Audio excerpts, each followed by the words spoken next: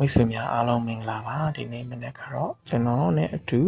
ဒီ w.dot တစ်ခုဖြစ်တဲ့ Magic Asset Pro ကိုကျွန်တော်တို့ install လုပ်နေကျွန်တော်တို့ကြည့်ရအောင်ပထမဆုံးမိမိရဲ့ကွန်ပျူတာမှာ virus ကောက်ခွဲတဲ့ software မှန်သမျှအကုန်ပိတ်ထားပါပြီးပြီဆိုရင်ကျွန်တော်တို့ရဲ့ download လုပ်ထားတဲ့လမ်းကြောင်းတွေကိုလာပါဒါတော့ကျွန်တော်ရဲ့ download လုပ်ထားတဲ့လမ်းကြောင်းဖြစ်ပါတယ်ပထမဆုံးဒီ zip ဆိုတဲ့ folder လေးမှာကျွန်တော်တို့ right click ထောက်ပြီးတော့ကျွန်တော်တို့ကextract here နဲ့ zip ဖြည့်ရမှာဖြစ်ပါတယ်ဒါဆိုရင်အပေါ်က folder လေးရလာမယ်ပေါ့နော်ကျွန်တော်ဖြည့်ပြီးသားဖြစ်တဲ့အတွက်အဲ့ account လေးကိုဝင်လိုက်မယ်ပြီးရင်ဒီအောက် account လေးကိုကျွန်တော်တို့ right click နှိပ်ပြီးတော့ run as နဲ့သူကို run ခိုင်းလိုက်မယ်ဒါဆိုရင်သူက run နေတာဖြစ်ပါတယ် yes လေးပေးပြီးတော့ဆက်သွားမယ်ပေါ့နော်ဒါဆိုရင်ကျွန်တော်ဒီကောင်လေးနှိပ်မယ်ပြီးရင်အပေါ်ကောင်လေး on ပေးမယ်ပြီးရင်ဒီကောင်လေးဆက်နှိပ်မယ်ထပ်ပြီးတော့ရင်ကိုယ့်ရဲ့ကွန်ပျူတာရဲ့ desktop ပေါ်မှာ install တစ်ခါတည်းလုပ်တဲ့အချိန်မှာရှိနေစေချင်တဲ့စင်တာလေးကို on လာပေးမယ်ပြီး install နှိပ်လိုက်မယ်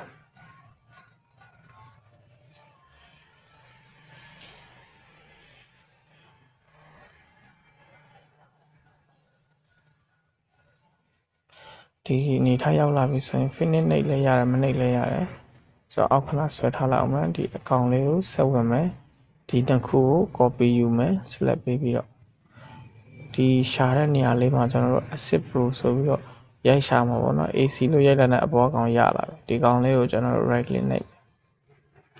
open file location ဝင်မယ်ပထမတစ်ခါဝင်လာပြီဒုတိယတစ်ခါ open file location ပြန်ဝင်မယ်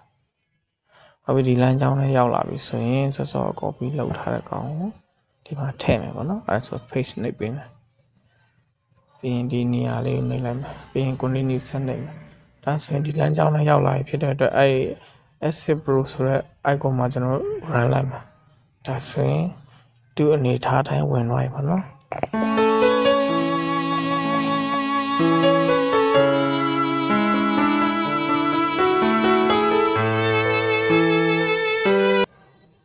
ဒါဆိုရင်သူက software install တင်တာအောင်မြင်သွားပြီသူကဒါကတော့ခဏရှိတဲ့ plugin တွေအကုန်လုံးသူ run ပေးနေပါတော့ခဏပြန်ပိတ်လိုက်မယ်ဒီ desktop ပေါ်မှာရှိတဲ့ icon ပြန်ဖွင့်ပြမယ်ဟုတ်ပြီဒီ DOT လေးကတော့ဒီ Asset Pro ဆိုတဲ့ software လေးကိုမိတ်ဆွေကအသုံးပြုခြင်းနဲ့ဆိုရင် download လုပ်ယူပါသူကတီလုံးရေးမယ်တချင်းဆိုထည့်မယ် mixing mastering လုပ်မယ်အဆင်ပြေပါတယ်ချေချူခရက်ကပါဆိုင်းငိုင်ကောင်းမရမြူဆောင်ရဲနောက်ပိုင်းမှာပြန်ဆောင်ရအောင်